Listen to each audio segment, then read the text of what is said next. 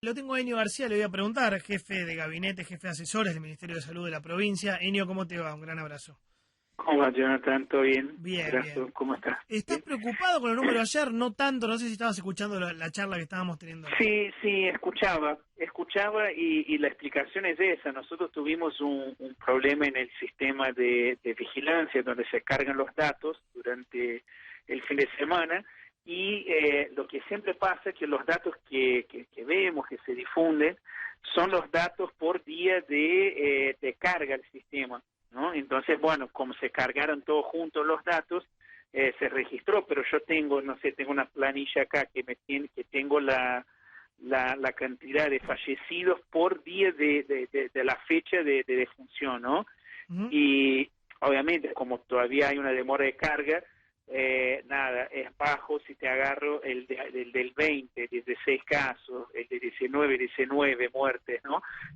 Todavía no puedo decir que esos son los datos porque puede ser que se siguen cargando, que fueron los días que quedó el sistema sin operar. Pero si vuelvo un poco más para atrás, no sé, el 15 de julio, por ejemplo, tuvimos 33 muertes, el 16, 24, no, está oscilando más o menos entre, te diría, 20, 30, 35 fallecimientos Pero, por... o sea que ayer no hubo 113 muertos, técnicamente.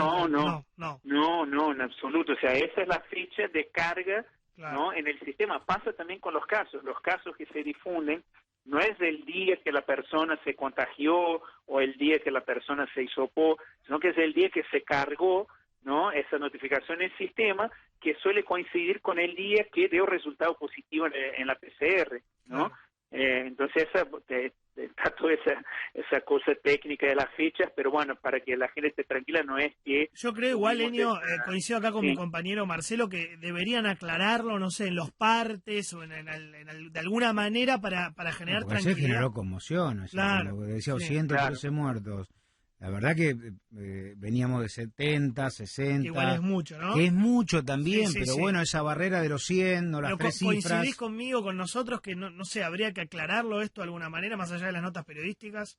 Sí, yo creo que como fueron muchos casos, ¿no? Y asusta y genera conmoción, en ese caso estaría bien aclarar. Igual, o sea, como dije, siempre la difusión de los datos, uno tiene que elegir una fecha. Yo creo que también cuando uno empieza a explicar demasiado, también por ahí, más que aclarar, genera duda, porque la gente piensa, pero me dijeron que usar ese dato, pero la fecha es otra. O sea, yo trato de explicar a ustedes porque, nada, tenemos una conversación y por ahí es más fácil, pero vos tenés tres fechas básicamente. La fecha, por ejemplo, en el tema de los casos, la fecha de reporte de síntomas, cuando la persona dice que empezó a tener los síntomas. Después tener la fecha de hisopado, el día que hisoparon a la persona, y después tener la fecha del resultado de la PCR, ¿no? Que esa es la fecha que se difunde. Pero imagínate que desde que la persona empezó a sentir los síntomas hasta que tenga resultado de la PCR puede haber pasado 3, 4, 5 días, ¿no? Entonces siempre está ese delay. Con la muerte pasa lo mismo. Te hago una pregunta más. ¿Cómo está la ocupación de camas en la provincia de Buenos Aires? ¿Estamos cerca del colapso? ¿No estamos cerca del colapso?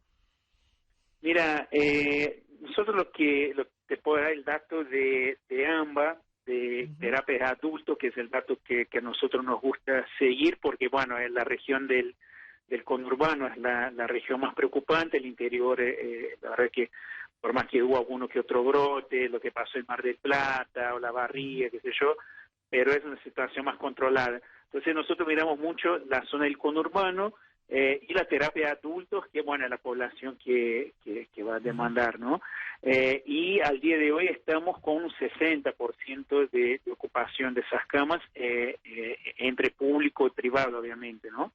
Ok, 60%. Y si llegara a colapsar en algún momento, ¿mandan pacientes a otra jurisdicción? ¿Tienen un plan previsto? Sí, nosotros tenemos un sistema de monitoreo y gestión de camas que lo empezamos a armar en el comienzo de la pandemia.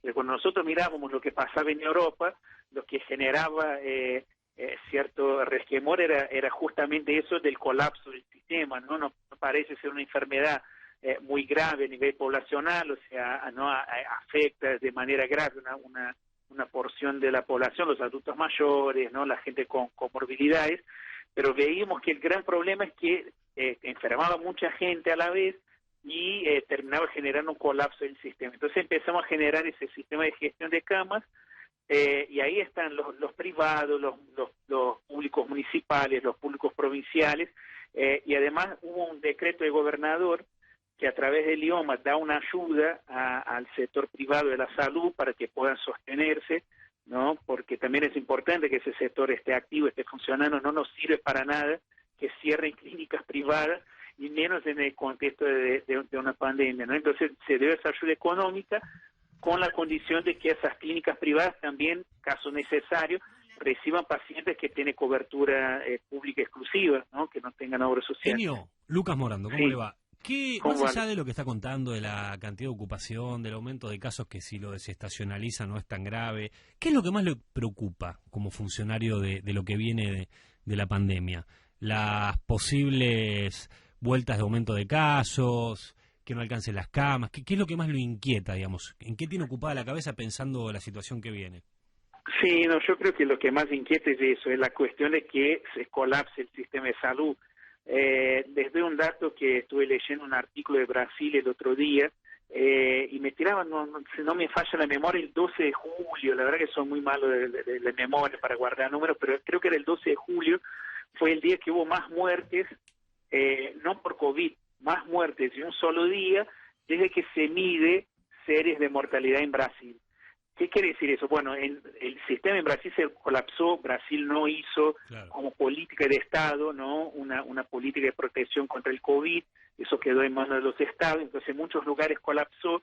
Entonces, ¿qué pasa? No solo tiene 1.000 muertes de COVID por día, entre 900 y 1.000 muertes de COVID, sino que al estar colapsado el sistema, ¿no? Eso de por sí genera más muertes. ¿Por qué tenemos baja la mortalidad acá? Y porque la gente que necesita la atención la tiene, ¿no? En otros países donde hubo un aumento de la mortalidad porque no tenía esa atención, porque el sistema se colapsó, ¿no? Pero cuando el sistema se colapsa, no solamente los pacientes de COVID no tienen esa atención, los pacientes que llegan con un infarto, con algún problema agudo, ¿no? Específico, una asepsia, un problema intestinal, qué sé yo, lo que sea, esa persona tampoco va a tener la cama. Y ahí es donde se desmadra todo. Entonces es muy importante estar trabajando con eso de que los servicios no se colapsen, porque si no la cosa viene peor. O sea, se mezcla COVID con las otras cosas y es todo lo que estamos evitando hasta ahora y queremos seguir evitando. Enio, un placer charlar contigo. Muchísimas gracias por tu tiempo. Bueno, un gusto, abrazo. Bueno, Enio García, el jefe de asesores del Ministerio de Salud de la provincia de Buenos Aires.